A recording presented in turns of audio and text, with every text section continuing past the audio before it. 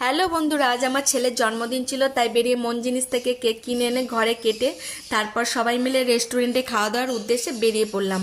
কিন্তু বাইরে বেরিয়ে দেখি প্রচুর পরিমাণে বৃষ্টি হচ্ছে। সবাই তো ভিজে গেছিলাম মোটামুটি, কিন্তু আমি বেশি ভিজেছিলাম, জামা কাপড় চুলবুল সমস্ত কিছু ভিজে গেছিলো।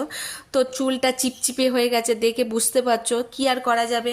সেই অবস্থায় টোটো ধরে উঠলাম, বিমানতে গিয়ে পৌঁছালাম। রেস্টুরেন্টে গিয়ে খাবার অর্ডার দিলাম, ফ্রেঞ্চ ফ্রাই, বিরিয়ানি, চিকেন চাপ, বেবিকর্ন, চিকেন কাবাব, মকটেল সমস্ত কিছু ওরা অর্ডার দিয়ে গেল আমাদেরকে। তো আমার বর একের পর এক প্লেটে দিতে লাগলো।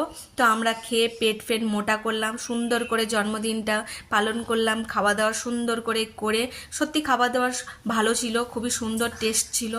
তো ওদের ব্যবহারও খুবই ভালো ছিল।